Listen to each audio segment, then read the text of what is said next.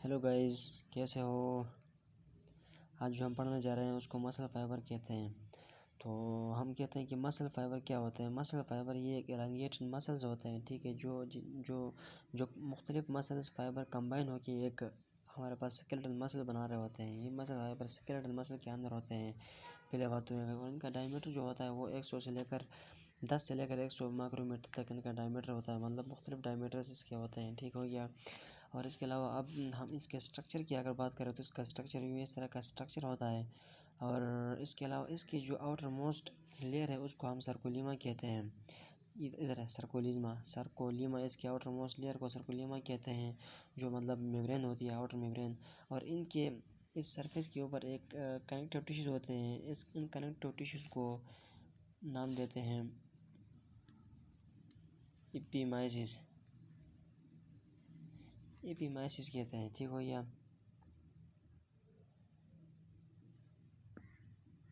एपिमाइसिस इनके जो इनके ऊपर कनेक्टिव टिश्यूज को एपिमाइसिस कहते हैं। और ये जो ट्यूब्यूल आपको नज़र आ रहा है इसको टी ट्यूब्यूल कहते हैं, या इसको ट्रांसवर्स ट्यूब्यूल भी कहते हैं। ये ट्यूब्यूल जो ना वो इसके अंदर डीपली इंटर हुआ होता है, ठीक हो गया। ये डीपली इंटर हुआ होता है, इसके अंदर नर्व फाइबर्स होते हैं। मतलब ये ट्रांसपोर्ट करता है नर्व इम्पल्स को। इधर मैंने लिखा हुआ भी है, transverse tubule transport nerve impulse deeply into sarcoplasm, ठीक है। इसका जो मैट्रिक्स होता है उसको सर्कोप्लाज्म कहते हैं। इधर लिखा है मैंने, सर्कोप्लाज्म कहते हैं, मैट्रिक्स ऑफ मसल फाइबर। तो ये जो ट्रांसवर्स ट्यूब्यूल होता है ये इस सर्कोप्लाज्म के अंदर डीपली एंटर हुआ होता है। और ये जो है ना वो नर्व इम्पल्स को इसके अंदर डीपली इंटर कर रहा होता है, इसके अंदर इंटर कर रहा होता है, ठीक है। और दूसरी बात, ये जो आपको स्ट्रक्चर नज़र आ रहा होता है, कॉइल स्ट्रक्चर नज़र आ रहा होता है, कनेक्टेड स्ट्रक्चर नज़र आ रहा होता है, उसको सर्कोप्लाज्मिक रेटिकुलम कहते हैं। एक एंडोप्लाज्मिक रेटिकुलम होता है। ये is a type of endoplasmic smooth endoplasmic reticulum का एक टाइप होता है, ठीक। ये सर्कोप्लाज्मिक रेटिकुलम भी मैंने इधर लिखा हुआ है। सर्कोप्लाज्मिक रेटिकुलम का फंक्शन ये है कि ये कैल्शियम आयन को स्टोर कर रहा है। कैल्शियम आयन को इसके अंदर मतलब मसल फाइबर के अंदर जो कैल्शियम को स्टोर करने वाला जो पिगमेंट होता है वो सर्कोप्लाज्मिक रेटिकुलम होता है।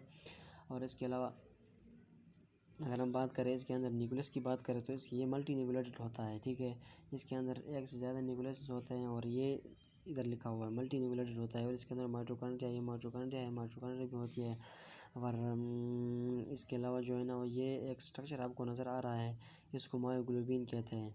मायोग्लोबिन आप लोगों ने सुना होगा कि मायोग्लोबिन हमारे पास ये मसल्स के अंदर होता है।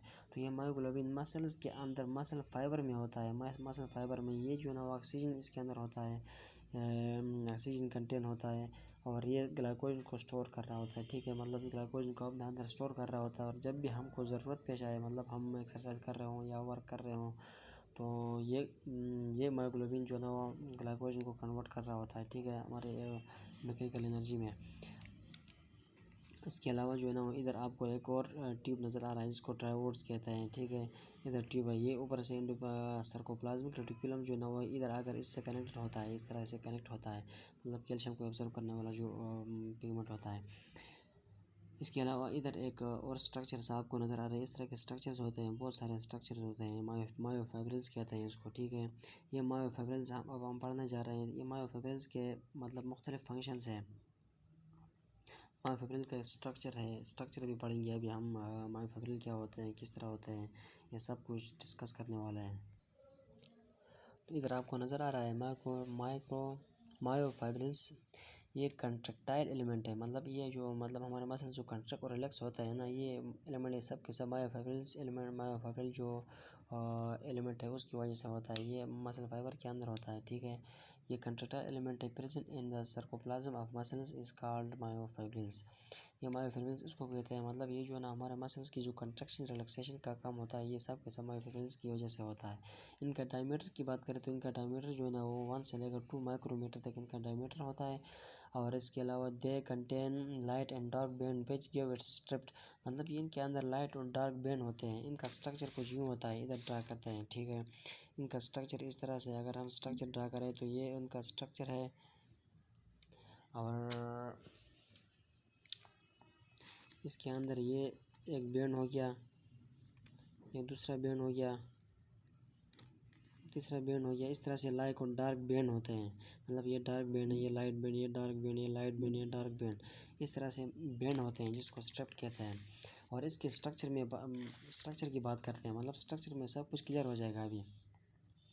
इसकी स्ट्रक्चर कुछ इस तरह का स्ट्रक्चर होता है, ये जो नज़र आ रहा है आप लोगों को ये जो स्ट्रक्चर है ये हमारे पास मायोफिब्रिल का स्ट्रक्चर है। और ये मायोफिब्रिल जो है ना वो मसल फाइबर के अंदर मौजूद होता है, ठीक हो गया।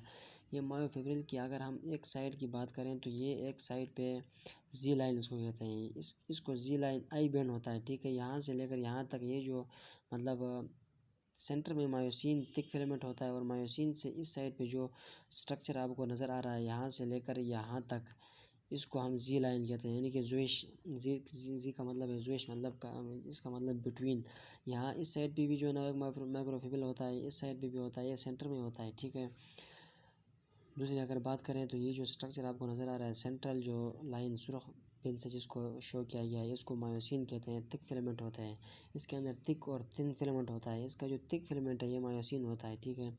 और इसका जो थिन फिलामेंट होता है ये जो नज़र आ रहा है आपको, ये जो लाइन, ये फिलामेंट है तीन, ये तीन फिलामेंट है, ठीक हो। या ये इधर लिखा हुआ है तीन फिलामेंट, एक्टिन, जिसको एक्टिन कहते हैं। और ये जो तीन थिक फिलामेंट है इसका जो डायमीटर होती है वो तकरीबन 16 नैनोमीटर इसकी डायमीटर होती है, इधर लिखा हुआ है, ठीक है। इसकी जो मायोसिन थिक फिलामेंट होती है सेंटर में होती है, इसके डायमीटर 16 नैनोमीटर होती है। और जो एक्टिन होता है उसका डायमीटर 8 नैनोमीटर होता है। इसका मतलब ये हुआ कि जो एक्टिन होता है, इसका मतलब ये है कि जो एक्टिन होता है वो थिन होता है और जो मायोसिन थिक होता है।